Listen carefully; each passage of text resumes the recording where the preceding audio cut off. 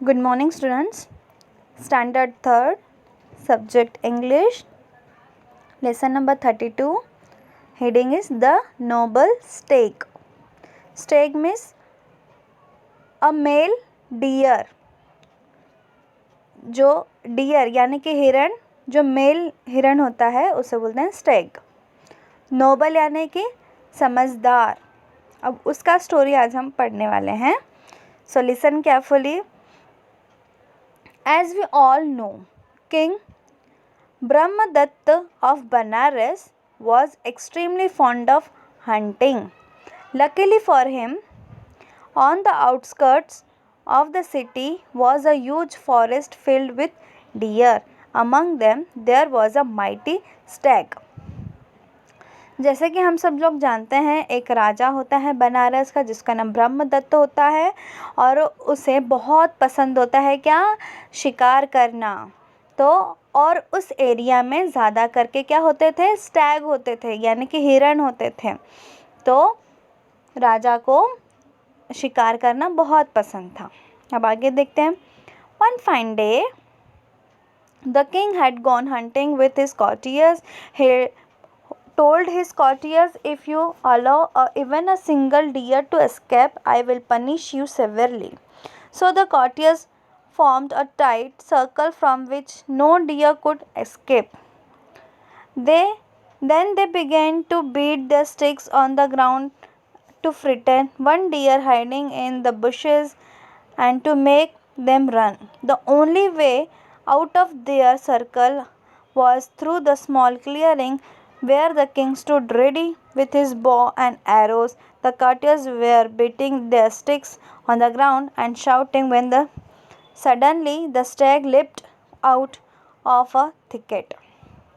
एक दिन क्या होता है, king had gone hunting with his courtiers, यानी कि किंग courtiers जो उनके नीचे जो प्रजा होती है उन लोगों के साथ राजा भी हंटिंग करने के लिए किसी जंगल में जाते हैं और वहाँ पे बहुत सारे हिरण दिखाई देते हैं, स्टैग दिखाई देते हैं, मतलब मेल फीमेल दोनों हिरण दिखाई देते हैं.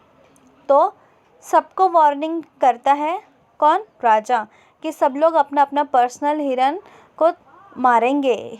लेकिन कोई भी मार ही नहीं पाता था क्योंकि एक हिरण ही ऐसा एक एनिमल है जिसकी आइज़ बहुत तेज़ होती है, ठीक है.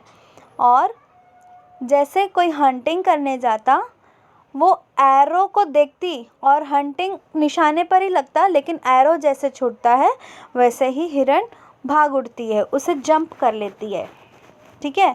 तो ऐसा बहुत सिचुएशन होता है किंग के साथ. The Stag so the king was standing in the way, so he looked King straight in the eye, made a dash towards him. The king was taken aback and shot arrow towards the stag hurriedly. Of course it missed a mark, but the stag rolled over. बार बार क्या होता है, king उसे निशाना सही लगाता है, निशाने पे मारता भी है, लेकिन एंड मोमेंट पे जब वो टच होने जाता था, उसे तीर जो धनुष से मारते थे ना पहले, तो वो जो तीर उसे टच होने के पहले ही वो टाइम पे जंप मार देती थी. तो सब लोग उसको ऐसा नोटिस करते हैं और देखते हैं कि कॉर्टियर्स भी देखते हैं. कॉर्टियर्स मीन्स जो प्रजा होती है वो भी देखते हैं कि ये जो किंग है, जो अच्छा लगता है, जिन्हें बहुत प्यार है हंटिंग करना, शिकार करना, वो एक हिरण को भी मार नहीं पा रहा है. Now there is one thing that you must know about the stag. He is excellent instincts and extremely good at dodging arrows, whether the shot at from the back, front or even the top. If an arrow is aimed at its belly, it pretends to roll over and jumps and runs once danger has passed.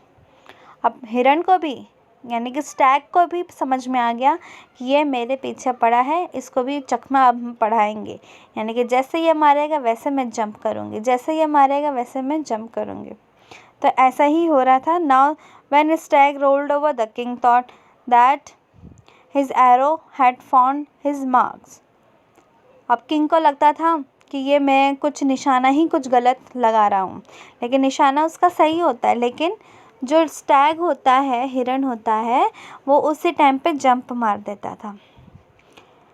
He lowered his बॉ and began to walk towards the stag, but the stag suddenly jumped and shot past the man. When the courtier realized the king had by mistaken, they started laugh. अब अब cautious भी समझ में आ गया कि ये राजा इतना तीर मार चुका है, लेकिन ये हिरन को लग ही नहीं रहा है, तो लोग हंसने लगते हैं। लोग कौन? कॉटियस। किसके ऊपर? राजा के ऊपर हंसने लगते हैं।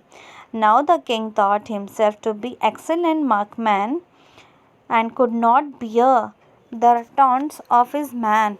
He grabbed his sword and set off into forest and ordered to catch his stag. He chased the stag for quite a while, covered a long distance. लेकिन सब किंग तो देखता है कि कॉटियस मेरे ऊपर हंस रहे, मैं एक हिरन को नहीं मार सकता, ऐसा हो नहीं सकता, अब मैं इसे मार के रहूँगा, ऐसा ठान के लेता है किंग। और वो स्टैग के पीछे ही रहता है और स्टैग वहाँ से निकल लेता है, जैसे ही मौका मिलता है वहाँ से भाग जाता है और किंग भी उसके पीछे ही दौड़ता रहता है। अब आगे देखते हैं क्या होता है। The stag came upon a hole in the ground that was covered with the rotting tree and filled with slim. अब क्या होता है, वहाँ पे खड्डा रहता है और खड्डे के ऊपर ट्री, यानी कि जो ट्री के जो ब्रांचेस होते हैं और कटी हुई जो टहनियाँ होती हैं, वो उसके ऊपर, खड्डे के ऊपर लगा देते हैं और स्लीम यानी कि मड यानी कि कीचड़ भी लगा देते हैं। From a distance he could smell the dirty water, so it was careful not to run over it. अब वो हिरन स्मेल कर लेती है वहाँ पे स्टैग और समझ जाती है कि यहाँ कुछ गड़बड़ है, स्मेल आ रही है मड की यानी कि कीचड़ की स्मेल आ रही है, तो वो वहाँ से थोड़ा सा साइड होके आगे भागने लगती है। फिर क्या होता है, but the king could not sense the pit and the fell right now into it. फिर उसके बाद किंग भी उसके पीछे ही रहता है और उसके समझ में नहीं आता कि यहाँ पे खड्डा है और वो खड्डे के अंदर गिर जाता है।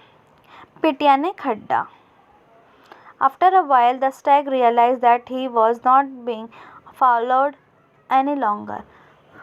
तो अब क्या होता है, हिरन पीछे देखता है कि ये तो मेरे पीछे आ ही नहीं रहा है, तो उसको समझ में आ जाता है कि इसके साथ कुछ गड़बड़ हुआ रहेगा, शायद मुझे इसे देखना चाहिए। He understood the king has perhaps fallen into a pit. उसे लगता है कि perhaps यानी कि उसे लगता है maybe उसे लगता है कि वो खड्डे में किंग गिर गया है। So the stag went back to the pit and saw the king struggling for his life. The stag felt very sorry for the king. He decided to save king's life even though the king was following him with the intention to kill him. अब Stag पीछे आता है और देखता है, अरे बाप रे, किंग तो खड्डे में गिरा हुआ है, तो ये कब से मेरे पीछे पड़ा है और मैं उसे चकमा पड़ा दिया, तो अब मैं इसे बाहर निकालूंगा। ठीक है, अब वो ठान लेता है कि किंग की लाइफ हम सेव करेंगे, अब बचाएंगे इसको, किंग को। The stag told the king not worry and to be brave for a while longer. Then he caught to huge rock in his hind legs and lowered himself to the pit. The king caught hold of his neck and stag climbed out onto the level ground and carried to the king to the safety. और किसी न किसी तरह से जो स्टेग है वो से किंग को बाहर सेफली निकाल लेता है। The king thanked and noble stag again and again and asked him to return with him to Banaras, where he could have anything and everything he wanted. But the stag did not want anything in return for his help. He just requested king to rule wisely and well and be kind to animals. Then the noble stag disappeared into the forest. The king Brahmadatta then vowed not to hunt or hurt any animal. और बहुत ही शुक्रिया करना चाहता था, तो शुक्रिया अदा तो किया और उसे कुछ देना भी चाहता था उसे बचाने के बदले में, लेकिन स्टैग बोलता है मुझे किसी की भी ज़रूरत नहीं है, मुझे हेल्प की ज़रूरत नहीं है, बस इतना मैं कहना चाहता हूँ कि एनिमल्स को हर्ट नहीं करो और शिकार मत करो, एनिमल्स को तकलीफ़ मत पहुँचाओ, उसकी भी जान होती है। तो इसी तरह से किंग भी मान जाता है और वहाँ तभी से वो शिकार करना भी छोड़ देता है. So this is the story the noble स्टेग.